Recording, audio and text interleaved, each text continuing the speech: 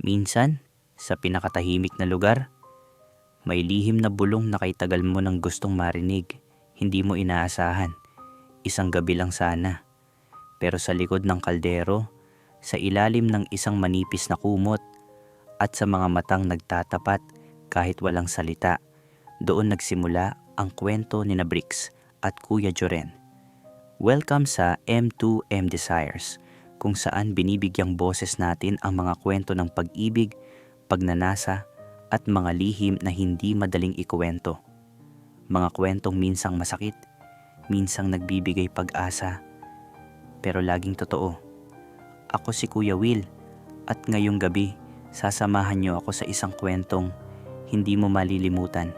Kwento ng init, pangunawa, at yung tanong na minsan lang tinatanong, pwede ba akong mahalin kahit ngayong gabi lang? At syempre, shout out kay Lawrence Dale. Salamat sa patuloy na tiwala at pagmamahal sa bawat lihim na kwento.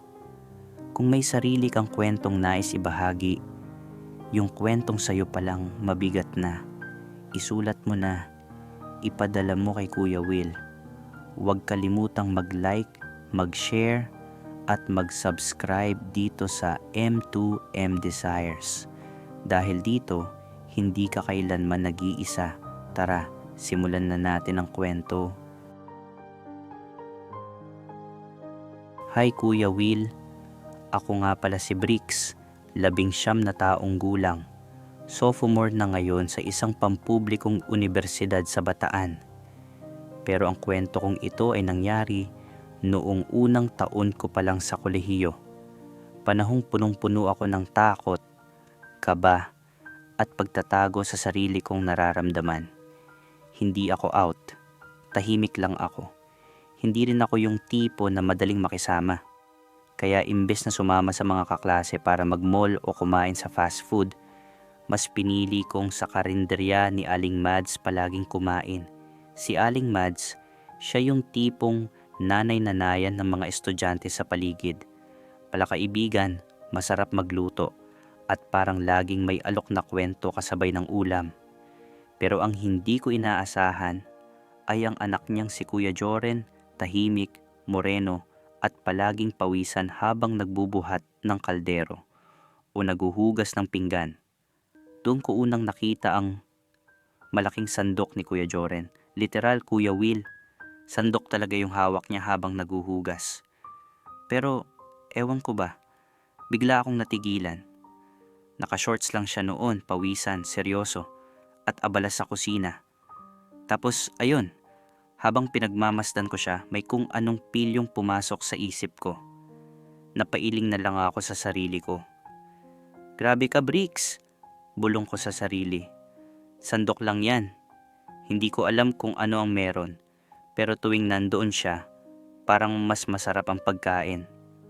O baka naman, dahil sa kanya, kaya mas sabik akong kumain doon araw-araw. Hindi kami nag-uusap ni Kuya Joren nung una, pero palagi siyang nandoon. Kapag ako ang kumakain mag-isa, palagi niyang ibinubulong kay Aling Mads na dagdagan ng isang pirasong ulam ang order ko. Bata pa yan, baka bitin.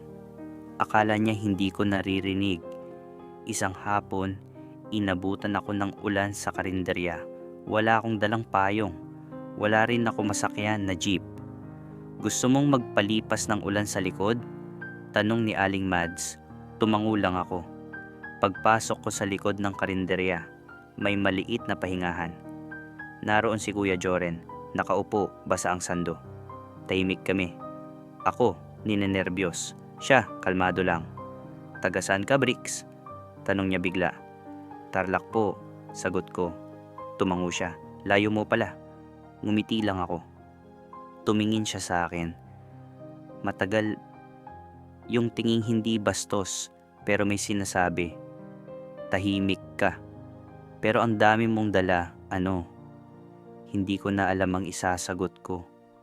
Pero parang nahubaran ako ng balat sa isang simpleng tingin.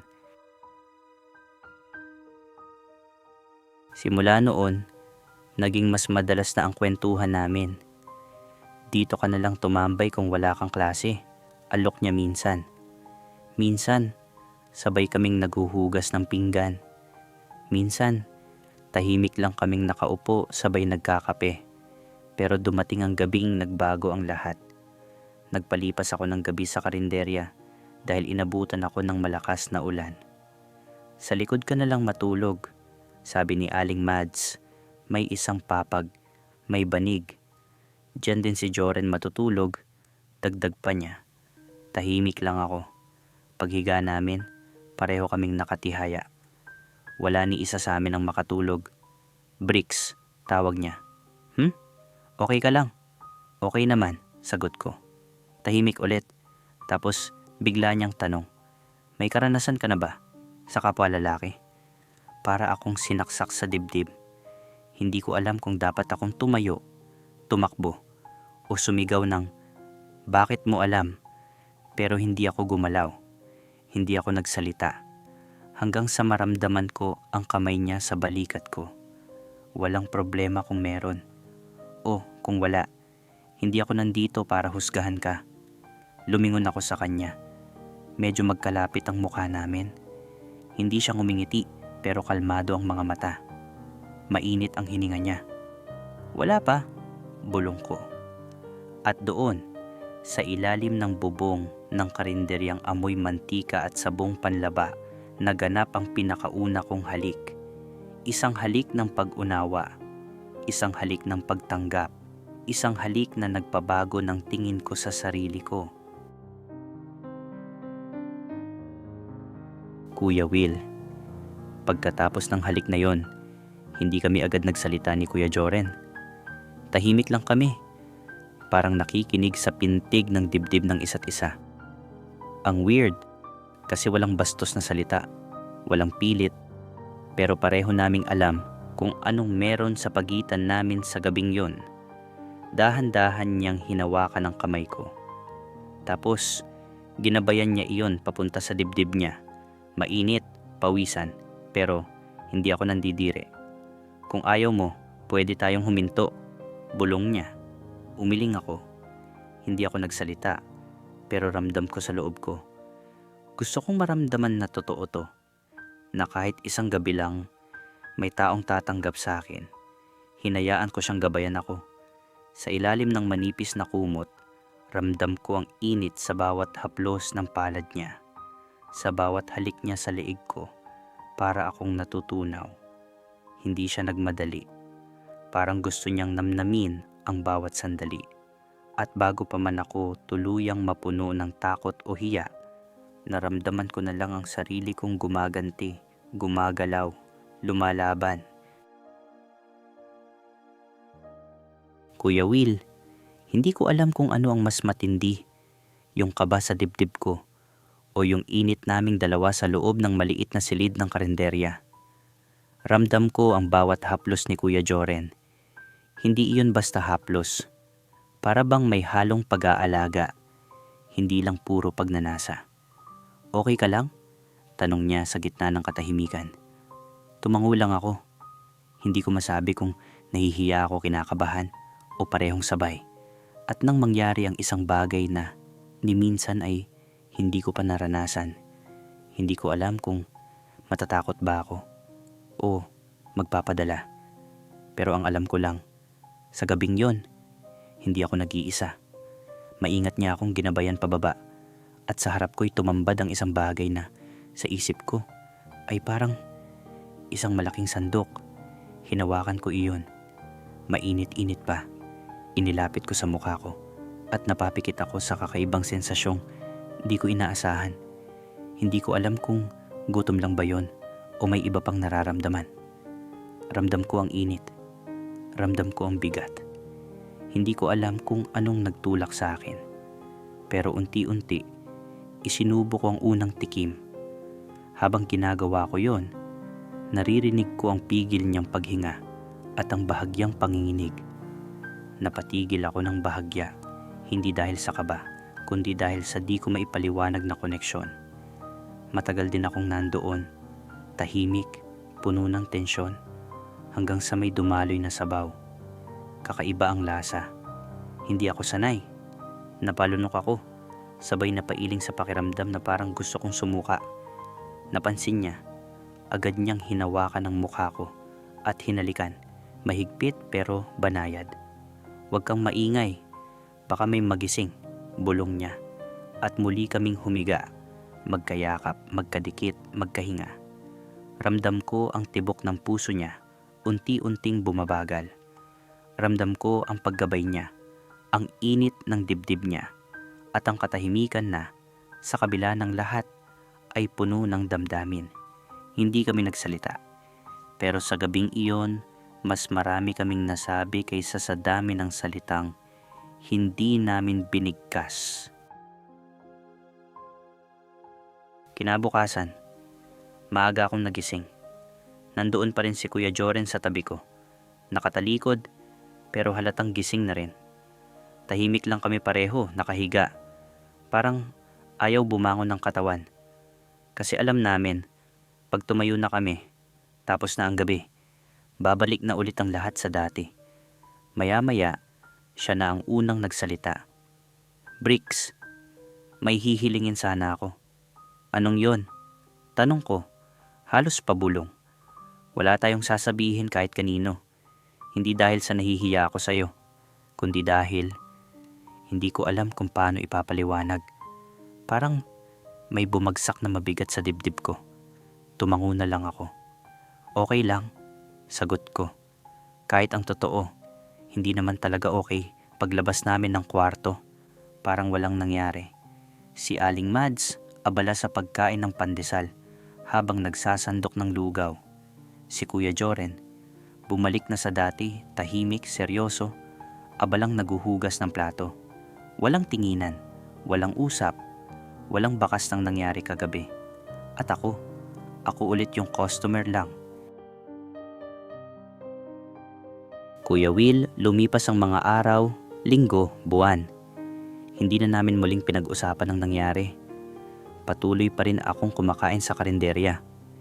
Minsan, nagkakasalubong kami ng tingin ni Kuya Joren. Minsan, nagkakabanggaan lang ng siko. At minsan, sa sobrang lapit, parang gusto kong bumalik sa gabing yon. Pero sa totoo lang, hindi ko na alam kung gusto pa ba niya. Hanggang sa isang araw, bigla na lang akong hindi bumalik. Hindi dahil galit ako. Hindi rin dahil nagsisisi ako. Kundi dahil alam kong hindi ko kayang ituloy ang isang bagay na walang pangalan, walang direksyon, walang kasiguraduhan. Ngayon, tuwing naaamoy ko ang singaw ng kusinang naging saksi sa tahimik naming gabi, para bang bumabalik lahat sa akin ng gabing yon. Gabing ako'y tinanggap. Gabing ako'y minahal. Kahit sandali lang. Wala akong sama ng loob. Hindi dahil kay Kuya Joren, hindi ko mararamdaman na pwede pala akong mahalin. Kahit yung parte ng sarili kong itinago ko sa lahat. Hindi lahat ng pagmamahal kailangang isigaw. Minsan, sapat na ang isang gabi na may taong hindi natakot lumapit, tumingin sa'yo ng buo, at yakapin ang kabuuan mo, kahit walang kasunod. Para kay Bricks, si Kuya Joren ay hindi lang tagahugas ng plato. Siya ang unang taong nagpasilip sa kanya ng pagmamahal. Tahimik, hindi perpekto, pero totoo. Ano nga ba ang mga aral na iniwan ng gabing iyon? Una, hindi kailangang ingrande ang lahat para matawag na makabuluhan. Minsan ang pinakaimportanteng karanasan ay nagaganap sa pinakaordinaryong lugar at simpleng katahimikan. Ang mahalaga, totoo ang naramdaman. Pangalawa, ang pagtanggap sa sarili madalas ay nagsisimula sa pagtanggap ng iba. Si Kuya Joren, sa simpleng mga mata at mahigpit na yakap, ang unang nagsabi kay Bricks na okay lang maging siya, na walang mali sa mga damdaming pinili niyang itago sa mahabang panahon. At minsan, isang taong hindi natin inaasahan ang nagsisilbing salamin kung sino ba talaga tayo. Pangatlo, hindi lahat ng magandang bagay kailangang tumagal. May mga bagay na dumarating lang para iparamdam sa'yo na kaya mo palang mahalin at mahalin pabalik.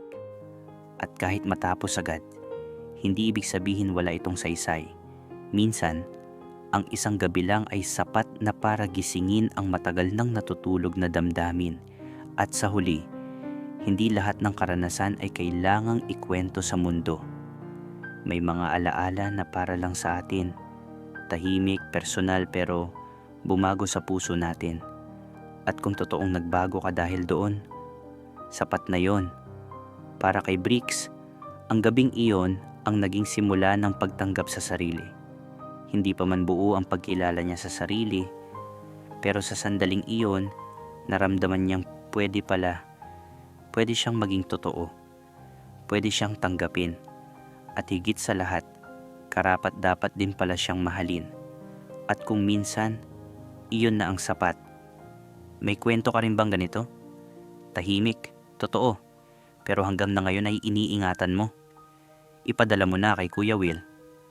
Dito sa M2M Desires, makikinig kami at pahahalagahan ang kwento mo. Huwag kalimutang i-like, i-share at mag-subscribe dito sa M2M Desires. Dahil dito, hinding-hindi ka kailanman nag-iisa. Sa bawat lihim na kwento, may aral na naghihintay. Sa bawat tahimik na sandali, may damdaming nagpupunyagi. At sa bawat pagtanggap sa sarili, may simula ng tunay na kalayaan.